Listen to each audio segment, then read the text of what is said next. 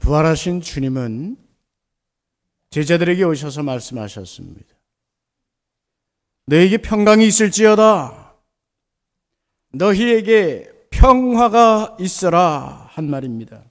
에이레네 휘민 Peace be with you. 이 말은 인사말이기도 하지만 평화의 선포이자 중요한 주님의 마음에 가득한 평화로의 초대입니다. 요한복음 14장에 보면 주님께서 이제 십자가의 길을 가시기에 바로 앞에 제자들을 불러 모아서 식사도 하시고 세족도 하시고 성찬도 하시죠.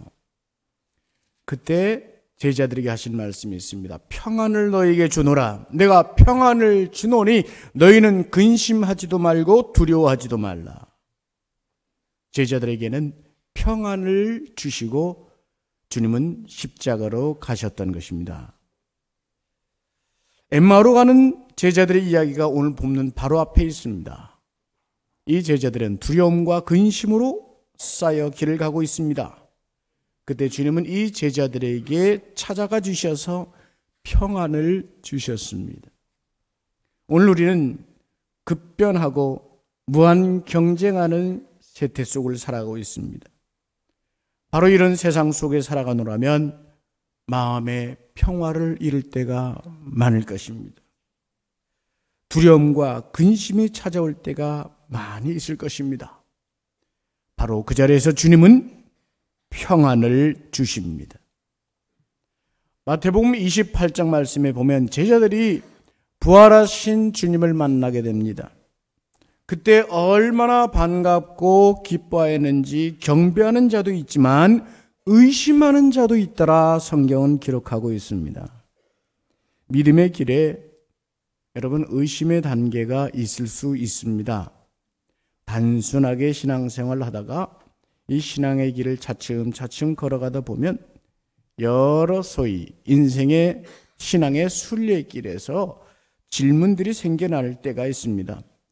바로 이 질문이 있는 이 단계를 뛰어넘는 믿음에 이를 때 평화가 임하게 됩니다. 주님은 바로 이 평화를 주시고자 부활의 모습으로 제자들을 찾아오셨습니다. 부활을 깨닫게 하심으로 그것을 통하여 평화를 누리게 하시기 위하여 찾아오신 것입니다. 오늘 여기에 이 본문의 말씀을 세 가지로 한번 요약해 봅니다. 첫 번째, 주님은 제자들을 친히 찾아오셨습니다. 여러분, 주님은 언제나 찾아오시는 분입니다. 부활하신 주님은 시간과 공간을 초월하는 영광의 몸을 입고 제자들에게 찾아오셨습니다. 주님은 제자들이 주님을 배반하고 도망하였던 것을 책망하지 않았습니다. 언급조차도 하지 않습니다. 그저 찾아와 평강을 주십니다. 그 자리에 아직도 부활하신 주님을 유령으로 믿는 자들이 있었습니다. 의심이 있습니다. 의심이 있는 곳에 평화가 없습니다. 주님이 그때 말씀하십니다. 어찌하여 두려워하며 어찌하여 의심이 일어나느냐. 여러분, 주님이 부활하신 그 아침에 대제사장들과 장로들이 헛소문을 퍼뜨린 것을 아시죠? 뭐라고 했습니까? 제자들이 시신을 훔쳐가고 부활했다고 우겼더라. 그 소문을 낸 때부터 시작해서 부활을 의심하고 못 믿게 하는 시도들이 역사 속에선 많이 있었습니다. 대표적으로 프랑스에서 19세기에 에르스트 르낭이라는 사람이 있었습니다. 이 사람은 똑똑한 사람이었습니다. 가톨릭 성직자였습니다. 당시 똑똑하다는 사람들은 대부분 진보적이었습니다. 그래서 이마누엘 칸트라든가 프리드리히 헤겔 이런 사람들의 합리주의에 심취하게 됩니다. 그 합리주의 관점을 배워서 예수의 생애라는 책을 씁니다. 그 내용은 무엇이냐? 한마디로 요약하면 막달라 마리아가 부활하신 주님을 만났다고 하는데 사실은 그게 아니다. 사실은 이 막달라 마리아가 정신 상태가 온전하지 못했다. 게다가 주님을 너무너무 사랑한 나머지 그 동산에 갔을 때 만나게 된 것이 동산지기, 동산을 지키는 사람이었는데 주님으로 착각을 했다는 것입니다.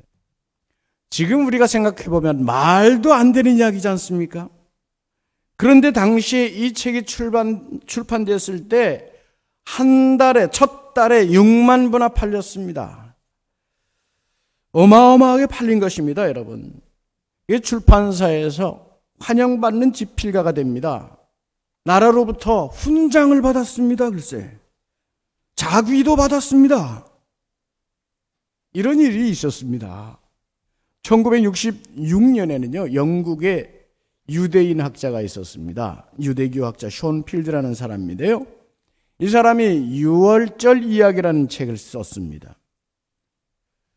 이 사람 얘기에 하면 예수라는 젊은이가, 이 사람은 유대주의자입니다. 구약에 있는 메시아의 죽음과 부활의 이야기들을 보고 이것을 꾸며내기로 했다는 것입니다. 아리마대 요셉이라든가 나사로라든가 유대의 장로들과 함께 공모를 했습니다. 그래서 마취제를 먹고 죽은 척 했다가 깨어나서 부활했다 하자, 이렇게 꾸몄다는 것입니다.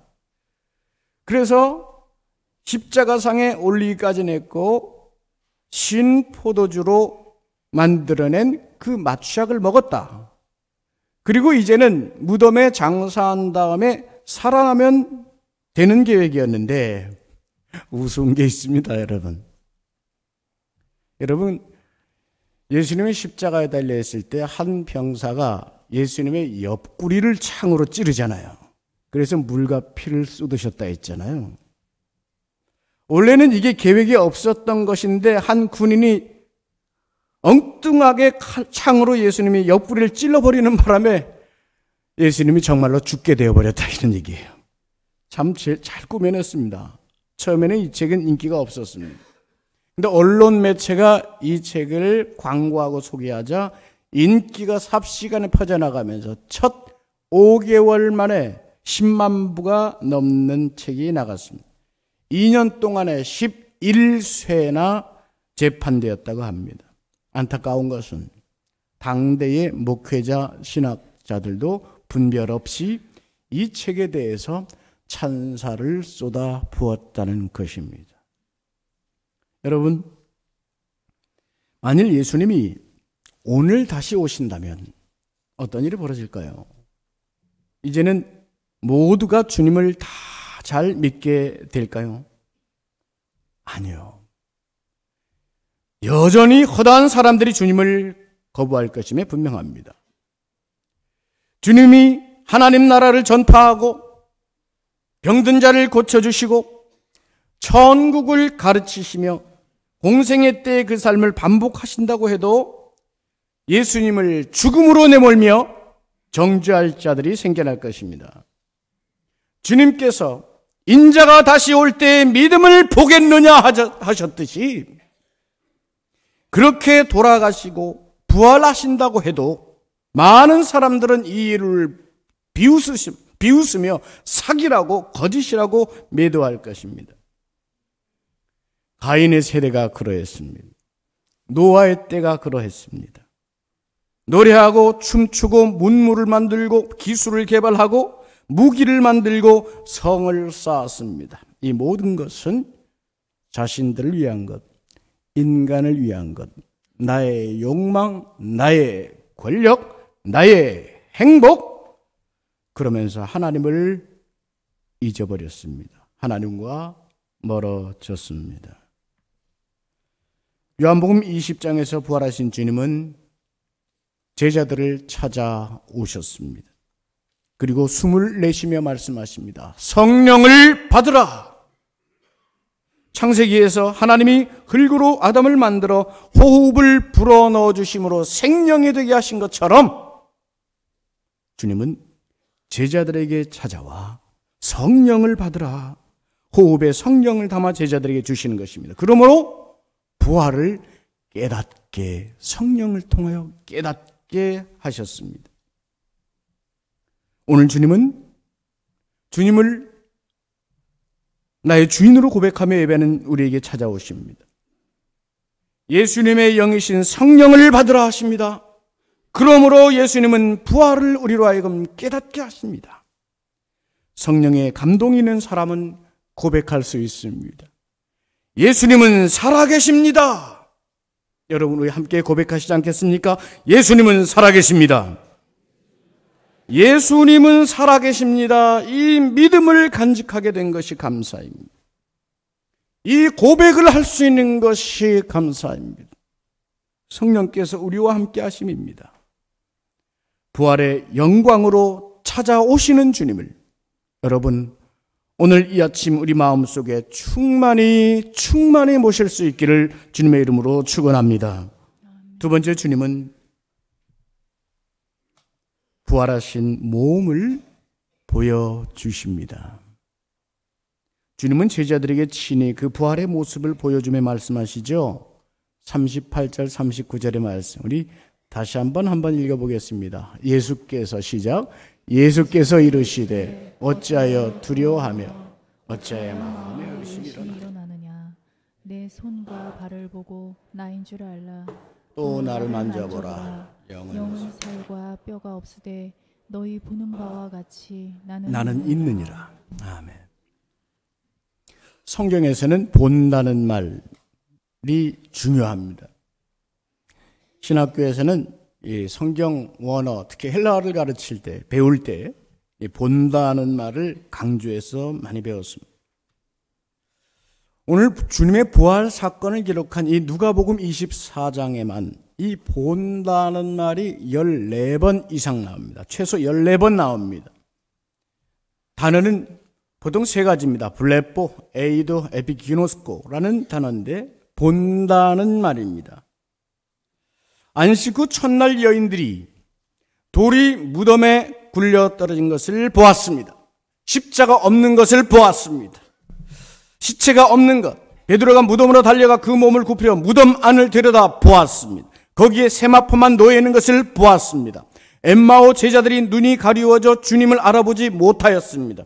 주님이 떡을 주시자 눈이 밝아져 주님을 알아보았습니다. 이들이 제자들이 모이는 예루살렘에 돌아갔더니 부활하신 주님이 시몬에게 보이셨다는 것을 들었습니다.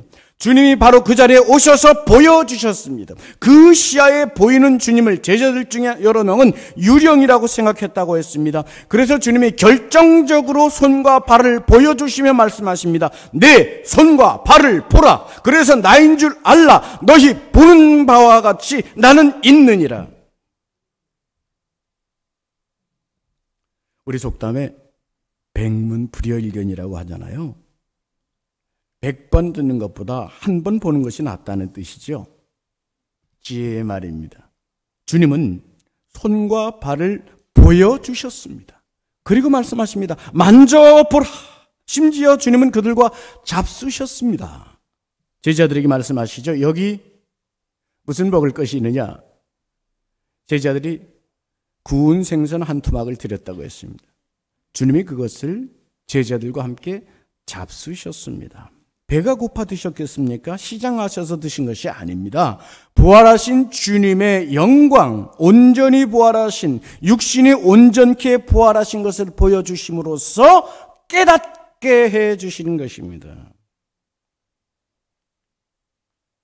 오래전 일입니다. 여러분 마젤란 탐험대를 아시죠? 이 마젤란 탐험대가 세계를 탐험했죠. 바닷길로 탐험했습니다. 한 번은 아르헨티나 남단 지역에 있는 티에로 델 비에고라는 곳을 지나간 적이 있습니다. 이 마젤란이 거대한 배를 타고 여러 대의 배를 끌고 가면서 그 땅에 육지에 불이 헐헐 타오르는 것을 보고 저 땅의 이름을 불의 땅이라고 하자.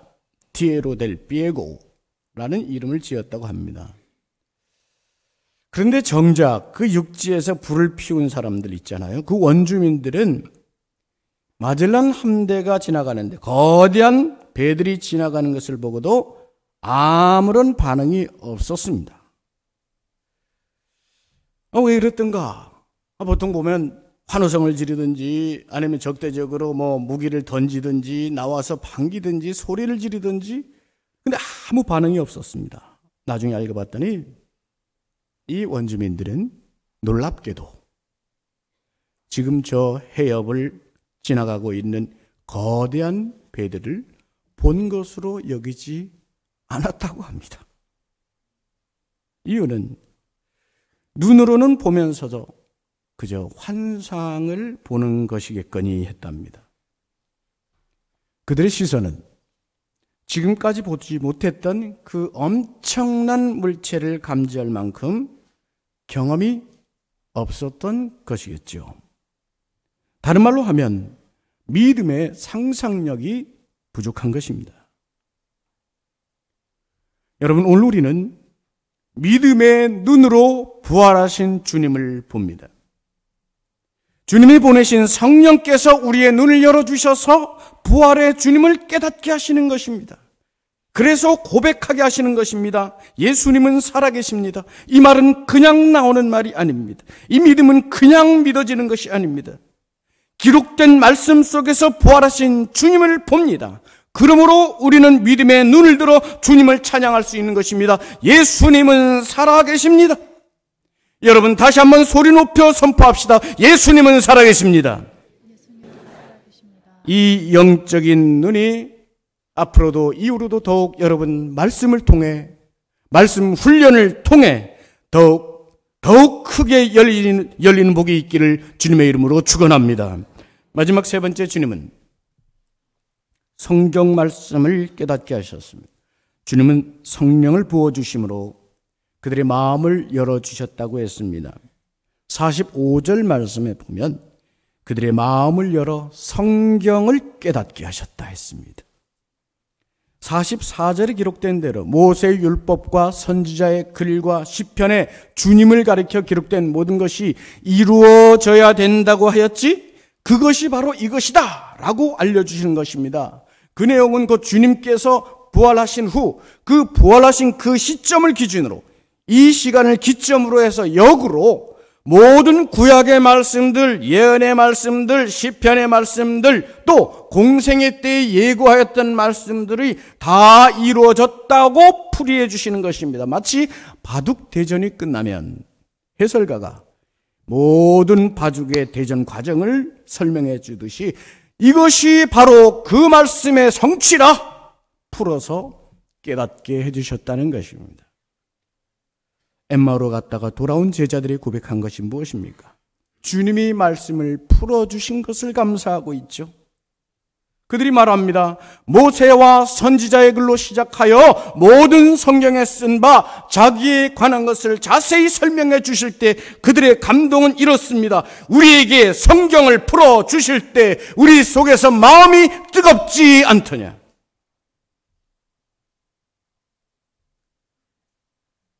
성경 말씀을 깨닫게 하시는 분은 우리 주님의 영입니다. 말씀을 믿게 하시는 분이 우리 주님의 영입니다. 나를 향하신 주님의 구속의 손길을 깨닫게 하시는 분이 주님의 영입니다. 오늘 내게 주시는 말씀, 이 시간도 선포되는 말씀이 내게 주시는 말씀, 우리가 큐티 중에 이 말씀이 내게 주시는 말씀이라고 받게 하는 그 레마의 말씀을 깨닫게 하는 분이 바로 우리 주님의 영입니다. 혹시 아직 말씀을 깨닫는 일이 더디거나 혹은 신앙의 길에, 신앙의 순례길에서 의심의 단계에 머물러 계시거나 특히 부활하신 주님을 믿는 믿음을 온전히 누리지 못하는 분이 계시다면 주님이 말씀으로 깨닫게 하심을 믿으시며 성령님을 사모하시기 바랍니다. 그리고 오늘 그런 분들에게 성령의 강림하심과 임재하심과 강력하게 일하심으로 인하여 성령님의 역사로 인하여 그 심령 속에 깨달음을 통한 평화가 있기를 주님의 이름으로 축원합니다. 말씀 마치겠습니다. 한 기자가 있었습니다. 예수님을 믿지 않았던 사람입니다. 아니, 정확하게 말하자면 지독하게 믿지 않았습니다. 좀 더 정확하게 말하자면 예수님을 믿지 않기 위해서 최선을 다하는 사람이었습니다. 그는 이 기자의 정신으로 증거들을 열심히 수집했습니다. 예수님을 믿지 않아도 될 증거입니다. 이 사람이 근본적으로 가졌던 생각 하나가 있었습니다. 예수 부활이라고 하는 것이 기적이라는데, 성경은 이 기적을 목격한 증인들이 있었다는데, 역사 속에서 그리고 성경의 증언들이 과연 믿을 만한 것인가? 이 질문이었습니다. 이런 의심을 가지고 자료를 수집하고 연구하면서 한 번은 이 분야의 최고 권위자였던 초대교회사의 증인, 그들에 대한 연구의 권위자였던 게리 헤버메스라는 박사를 찾아갑니다. 과연 이 기적이 증명이 가능하냐고 물었습니다. 부활 기적이 증명이 가능한가? 그러자 헤버메스 박사는 역사적 기록에 분명히 근거하고 있고 그것은 충분히 증명될 수 있다고 말해 주었습니다. 그리고 이렇게 말합니다. 부활 사건 후에 몇 개월 이내에 나타난 증언들이 그것이라고 했습니다. 500명이 넘는 사람들이 동시에 주님을 봤다는 증언이 성경에도 있고 성경 안팎에도 허다하게 있다는 것입니다. 특히 이것을 깨달은 자들은 열심히 예수님을 추종하던 골수분자들만이 아니었다는 것입니다. 평범한 사람들도 예수님을 만났다는 것입니다. 그리고 만일 당신의 생각처럼 이것이 사실이 아니라 거짓이라면 그 사람들이 과연 이 있지도 않은 것을 있다고 기꺼이 죽기까지 하면서 사람을 속였겠느냐? 이 허다한 사람들이 라고 말합니다. 여기에서 이성주의자, 합리주의자였던 이 기자는 회심을 하게 됩니다. 이 사람이 유명한 리 스트로벨이라는 사람입니다. 그로부터 회심하여 기독교 변증의 사역자로 열심히 사역하고 있고 많은 책을 내고 있고 또 우리나라에서도 바로 그 내용을 영화로 예수는 역사다라는 영화로 개봉되었습니다. 주님은 오늘 우리를 향해서 말씀하십니다. 너희는 이 모든 일의 증인이라. 여러분, 이것은 명령이 아니라 명제입니다. 너희는 증인이 되라! 이것이 아닙니다. 너희는 증인이다. 주님께서 찾아오시고 보여주시고 성경을 풀어 깨닫게 하심으로 이제는 경험하였으니 보았으니 증인이라 말씀하십니다. 그리고 우리는 주님을 만난 대로 주님을 본 대로 말씀을 깨닫게 된 대로 증인인 것입니다. 주님은 그 증인을 위해 큰 능력을 주셨습니다. 아버지께서 약속하신 성령을 너희에게 보내리라. 놀랍게도 그 능력은 예수님이 가지셨던 능력입니다. 그 능력은 십자가 앞에서도 흔들리지 않던 평안. 내가 너에게 평안을 주노라 한 그 평화의 힘입니다. 오순절날 성령 강림으로 이 주님의 영이 임하자 제자들의 마음에 가득했던 평안이었습니다. 그러자 그들은 세상으로 흩어져 전했습니다. 예수님이 살아계십니다. 예수님은 부활하셨습니다. 오늘도 이 선포가 감사하게도 저와 여러분을 통해 증거되고 있습니다. 주님이 우리를 증인이라 하셨으므로 우리의 몸과 마음과 우리의 입술과 행동이 주님을 증거하고 있습니다. 주님이 우리를 빛되라 한 것이 아니라 빛이라 하셨으므로 우리를 통하여 주님이 증거되고 있습니다. 주님이 우리를 향하여 소금이 되라 하신 것이 아니라 소금이라 하셨으므로 우리를 통하여 주님이 증거되고 있습니다. 이 증인들을 우리 주님 축복하여 주셔서 아름다운 증거들이 날로 퍼져나가는 은총이 있기를 주님의 이름으로 축원합니다. 아버지 하나님, 저희를 예배하는 사람 삼아주시니 감사합니다.